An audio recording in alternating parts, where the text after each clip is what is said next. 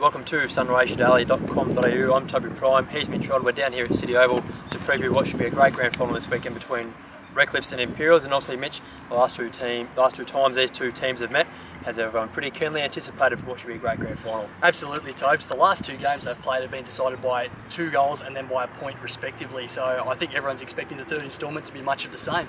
Also, we'll get stuck into what's been happening during the week. And Merbein, of course, announced that Boucher is going to return to the region, back out to Kenny Park, his junior club. He's obviously spent a few years in Melbourne, down with Essendon in the VFL. He's a VFL captain, Mitch, and he's achieved a lot down there in his time in Melbourne, so obviously a great coup for Merbein. Absolutely. To have someone of Boucher's calibre to come back and play for them is going to be massively important for their development over the next couple of years. And you feel too that he's probably been a little bit unlucky in his time with not being taken as a mature age rookie, especially by Essendon where he's played with their reserves over the few years. But it's going to be a great thing for Sunraysia and a great thing for Merbein to have Boucher back out at Kenny Park. I think the president, Tony Hurley's pretty keen to talk it up too. Obviously, they've been down for a while. They haven't made finals since their 2003 premiership when they went back-to-back. So they're pretty happy out there in Merbein and they're hopeful of getting a few others. Any good news they can get at the moment is going to be a good thing out there. It's definitely something for them and for all the Pies fans to look forward to in 2015. For sure. And the other big news item during the week was Mark Alvey quitting out at Wentworth. He's spent 8 years at the helm out there. He will leave George Gordon-Oval as the most successful in the club's history, a 2-time premiership coach. I think the only time he didn't make finals in his 8-year reign was this year when they only won the 5 games. Mitch, he leaves Wentworth as one of the club's most successful coaches. Absolutely, and one of their most successful products too, having played AFL for about a 5 or 6 year period. Been a very, very good coach and a very good teacher of young men. Is probably something he's specialised in a little bit, is the development of the younger players coming through. It'll be interesting to see where he goes next year. He said he's still keen to have a kick, whether it be coaching or not. We think possibly South Boucher and Robinvale would be, I guess it'd be silly not to throw their hat into the ring. I personally think he'd be a good fit out at Robinvale with their young brigade they have coming out there. Do you have any sort of mail as to where he might end up next year?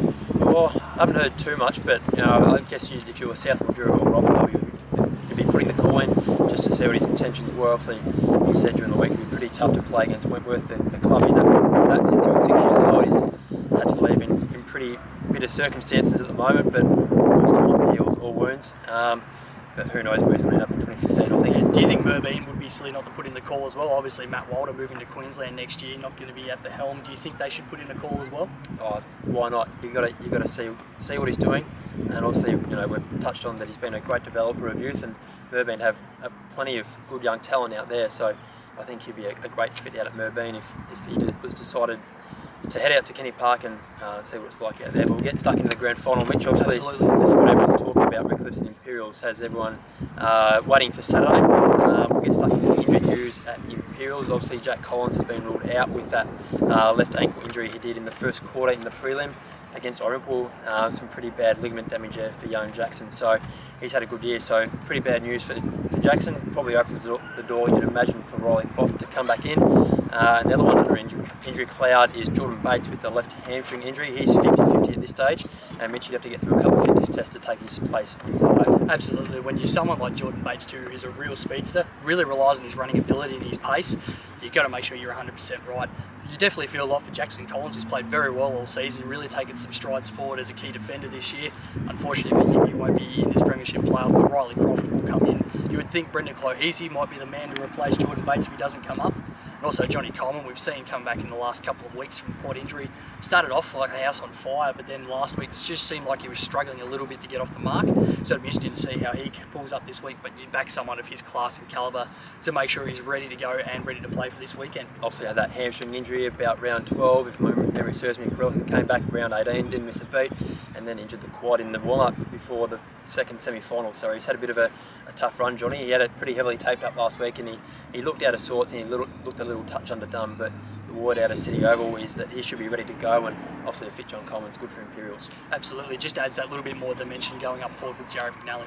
For sure. And we'll touch on Redcliffs at the moment. They've got 2 handy inclusions. Obviously there's going to be 2 unlucky players to miss out on their final 21. We have Peter Kewitt coming back in with a quad injury, who's missed about the past 6 weeks, and obviously the star centre half back, the veteran Brett Oldham in Mitch. So a good time for you guys out at Redcliffe's. Yeah, absolutely. Oldie is just one of those no-fuss defenders that just manages to get the job done week in, week out. Even in his mid-30s now, PQ is just going to add a little bit more class on the outside of the wing. But like you said, it's going to be two unlucky players to miss out. The team's been playing really well over the last few weeks. And we were trying to go through a few names before, trying to figure out who we'd actually drop, and we still can't figure it out. So obviously Troy Monker's got a lot of selection headaches. He might need a box of Panadol sitting there at his desk this week. I think Vastafo would probably normally be the first one we would pick. He only played a couple of senior games this year, 19 years old, but the 2 games he's played, he's been absolutely brilliant coming off half back. So I would say he's secured his spot in the grand final. It's going to be interesting to see which way Troy goes. For sure. And these two teams, obviously have a great rivalry. They played 10 years ago in the grand final. Imperial's got the chocolates in, and they've got the chocolates in the past 6 grand finals. These two teams have met, Mitch. 1986 to 1992, they met in 5 out of the 7 grand finals, and Imperial's got them all time. So obviously no love lost between these two clubs, Mitch. Absolutely. There was definitely a fair bit of hatred between the two teams. I think in the late 80s and the early 90s there, even when you're having a chat with 2 club stalwarts during the weekend, Robbie Stevens out at Redcliffe's and the great Tony Hickey at Imperials, they said there was almost a bit of a bloodbath in the 1990 grand finals. That's definitely taking you back a few years now. You wouldn't see anything like that nowadays. But I think it just sort of shows that sort of, I guess, hate but also respect between the two teams. I think it has grown a little bit more to respect in recent years. So arguably your 2 most decorated teams in SFNL history. Imperials with 18 premierships, and I think Redcliffe's is equal with Robin Vale in 2nd place with 9. So obviously the Tigers haven't won one for a while, but they have managed to get over the past few years, and interesting to see which way it ends up this time. Imperials obviously 8-2 in their 10 grand final clashes as well. For sure. I think the only 2 times that Redcliffe's have got in a grand final was 1940 and then 1964. So it's waiting a while. It's been a long time between drinks. Obviously, that just about wraps it up here from City Oval. Make sure you pick up Saturday Sunraysia Daily for our 20-page lift out.